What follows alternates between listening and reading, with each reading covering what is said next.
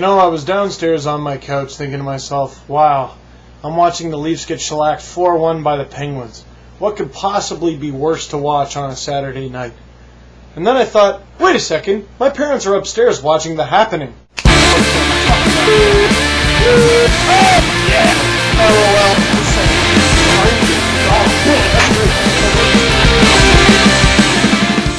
So it turns out the plants are making people kill themselves. What do you mean it's not a comedy? Oh, dude, we gotta stop giving you money to make movies. M. Night Shyamalan sucks. Getting back to the hockey game, the good thing is the Leafs didn't lose 2-1. The bad thing is they lost 4-1. Sidney Crosby got his first goal of the season in a 4-point night against the Leafs. And correct me if I'm wrong, did he not score his first of the season against the Leafs last year? He technically didn't even score it. It was Mikhail Grabovski. And you gotta feel bad for Mikhail Grabovski. He hustled all night long, played alright, and that's what he takes away from the game. He banked the puck in, made the game 3-1, and it was pretty much out of sight from then on in. Now I want you guys to listen to me and really think about what I'm about to say. I am pro-rebuild, not pro-tank. Leafs won their first game of the season, October 9th, against Detroit. That was great, but it's October 18th now, and they haven't won since. Their next game is October 21st. If they lose that, 23rd. If they lose that, 25th. Do you see what I'm getting at here? Now consider the fact where the Leafs are in the league standings. Go to NHL.com and check it out. If you'll notice, they're not in last. Basically, what I'm trying to get at is there might be a terrible season, and you might think, oh, #1 draft pick, quick rebuild, probably won't even get it. You might not even get a top 4 pick at this rate. So you're the GM.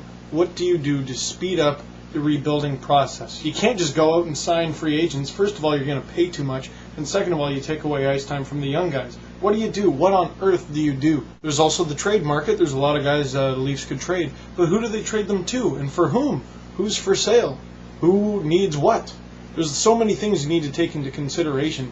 I'm starting to think this might be the best the Leafs can do. And the worst. I'm so conflicted. But that's my question to you.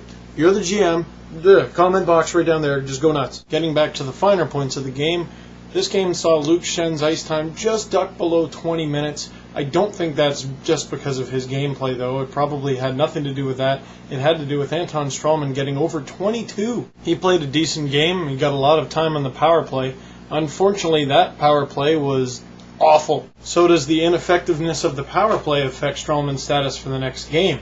I noticed Mike Van Ryn wasn't in the lineup. I don't know if he was injured or scratched, but if he was just scratched, some bright spots of the game, not really saying he had a fantastic game. He actually had no points and was a -1. But John Mitchell getting over 17 minutes of ice time. This guy was a Marley last year, but I can tell you exactly why he's getting that much time and exactly why he's in the lineup. He plays Ron Wilson hockey. Ron Wilson wants a more Western style of hockey team, and he's got it with John Mitchell. He's physical. He never takes a shift off. That's why he's getting his minutes. The rest of the team should take note. But again, as I mentioned earlier, let's not forget who the Leafs were facing today. Pittsburgh Penguins. They could have all the injuries in the world. As long as 2 of those injuries don't belong to Sidney Crosby and Evgeny Malkin, it's going to be a rough night. Marc-Andre Fleury let just one get past him at his end. Didn't face a whole lot of shots, but to his credit, he was good when he needed to be. Getting back to the Leafs, they were bad on face-offs again, and they have been, I imagine, one of the worst face-off teams in the league this year. I haven't got a chance to look at the other teams. But what's odd about that is Mikhail Grabovski is normally terrible at them, and he was an even .500 today, and Dominic Moore, who is normally good at them, was well under .500 at the face-off circle. Cujo made his starting regular season debut. He's already seen a little bit of time this year with the Leafs. And he was pretty solid overall. Got a little out of position on that third goal, but I mean, you can't expect to win a game only scoring 1 goal anyway. I like having Cujo back in the team. I don't know about you guys. Even if he has a bad game, and he doesn't normally, you just look at that mask, you feel that nostalgia, you go, yeah. Then you start to think, Shane Corson, Gary Roberts, Alex McHugh. Turn the camera off. I'm the only one here?